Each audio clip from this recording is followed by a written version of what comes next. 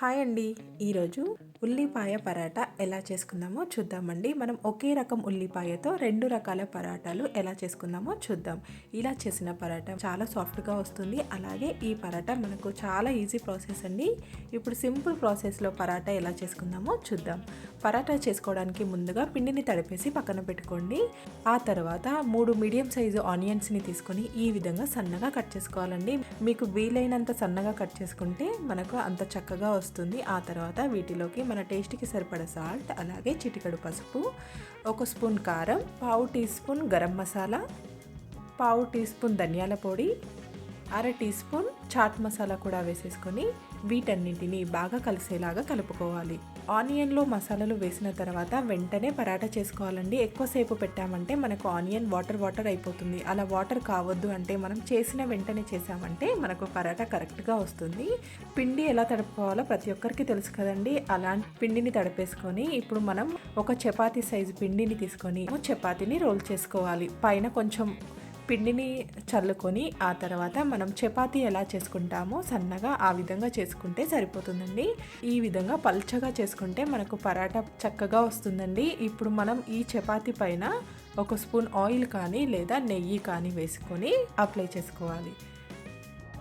ఇలా oil apply చేసుకున్న తర్వాత మనం వీటిపైన మనం రెడీ చేసి పెట్టుకున్న ఆనియన్ ఉంది కదండి, ఆ ఆనియన్ని చపాతీ మొత్తం కవర్ అయ్యేలాగా పెట్టుకోవాలి. ఇలా చూసారు కదండి, మనకు ఈ విధంగా చపాతీ మొత్తం కవర్ అయ్యేలాగా పెట్టేసుకొని పైనుండి మరొక చపాతీని ఈ విధంగా పెట్టేసుకొని ఇలా ప్రెస్ చేసుకో. ఆనియన్ బయటికి రాకుండా ఈ విధంగా స్ప్రెడ్ చేసుకున్నామంటే మనకు ఆనియన్ బయటికి రాకుండా ఉంటుందండి.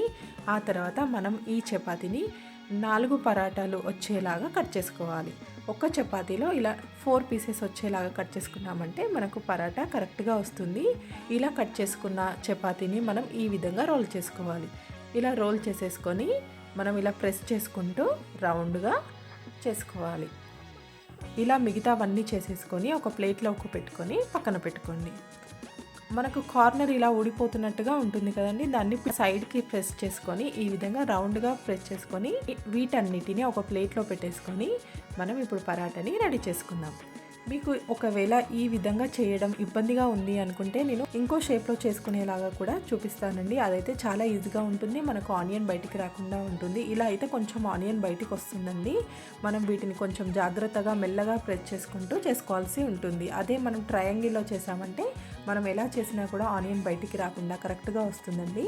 కొంచెం పిండిని కింద చల్లుకొని ఆ తర్వాత మనం రెడీ చేసి పెట్టుకున్న పరాటాని పెట్టేసుకొని కొన్ని నువ్వులు, సన్నగా కట్ చేసిన కొత్తిమీరని పైనుండి పెట్టేసుకొని కొంచెం పిండిని చల్లేసుకొని మీకు వీలైతే చేయితో కూడా మెల్లగా ప్రెస్ చేసుకోవచ్చండి. లేదంటే మీరు చపాతీ కర్రతో కూడా ఈ విధంగా మెల్లగా స్ప్రెడ్ చేసుకోవాలి. మీరు ఫాస్ట్గా చేశారంటే మనకు ఆనియన్ మసాలా ఉంటుంది కదండి, ఈజీగా విరిగిపోతుంది. ఇలా మిగతా పరాటాలు అన్నీ చేసేసుకొని ఇప్పుడు మనం వీటిని ఫ్రై చేసుకో. స్టవ్ పైన పెనం పెట్టేసుకొని మనం పరాటాని వేసేసుకొని ఫ్లేమ్ని మీడియం ఫ్లేమ్లో పెట్టుకొని అటు ఇటు తిప్పుతూ ఈ గోల్డెన్ కలర్ వచ్చే వరకు ఫ్రై చేసుకోవాలండి. మనం కొంచెం కాలిన తర్వాత 1 స్పూన్ నెయ్యిని వేసుకొని స్ప్రెడ్ చేసుకోవాలి. మనం ఈ పరాటాని చపాతీని ఎలా అయితే ఫ్రై చేసుకుంటామో అలా ఫ్రై చేసుకుంటే సరిపోతుందండి.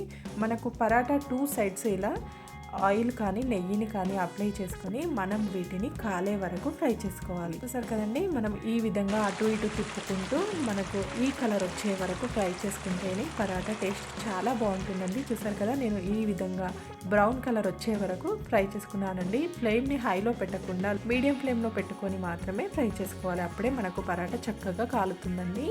ఈ విధంగా మిగతా పరాటాలను అన్నీ చేసుకుంటే మనకు పరాటా సాఫ్ట్గా చాలా బాగుంటుంది. ఇలా చేసుకున్న పరాటాని మనము ఏ కర్రీతో అయినా తీసుకోవచ్చండి. మనం ఇలా విరచగానే మనకు సాఫ్ట్గా వచ్చేస్తుంది. ఆనియన్లో మసాలా వేసి చేస్తున్నాం కదండి, మనం ఇలా డైరెక్ట్గా కూడా తినొచ్చు లేదా కర్రీతో అయినా తీసుకోవచ్చు. సింపుల్ ప్రాసెస్లో పరాటా చేసుకున్నామంటే చాలా బాగుంటుంది. ఈజీ ప్రాసెస్ కూడా మీరు ట్రై చేయండి. ఇప్పుడు మరొక రకం పరాటా ఎలా చేసుకుందామో చూద్దామండి. ముందుగా మనము చపాతీ సైజు పిండిని తీసుకొని వీటిని కూడా సేమ్ చపాతీ లాగా చేసేసుకొని మనం ఇప్పుడు ఈ పరాటాని ట్రయాంగిల్ షేప్లో చేసుకుందామండి. ఇలా చపాతీ మొత్తం చేసిన తర్వాత పైనుండి ఆయిల్ కానీ నెయ్యిని కానీ అప్లై చేసుకొని మధ్యలకు ఒక ఘాటు పెట్టేసుకొని ట్రయాంగిల్ షేప్లో ఆనియన్ని పెట్టుకోవాలండి. ఎందుకంటే మనం ట్రయాంగిల్ షేప్లో పెట్టుకుంటే మనం రోల్ చేసుకోవడానికి ఈజీగా ఉంటుంది. ట్రయాంగిల్ షేప్లో ఆనియన్ మసాలాని పెట్టుకుంటూ ఈ విధంగా ప్రెస్ చేసుకుంటూ మనం ట్రయాంగిల్ షేప్లో రెడీ చేసుకోవాలి.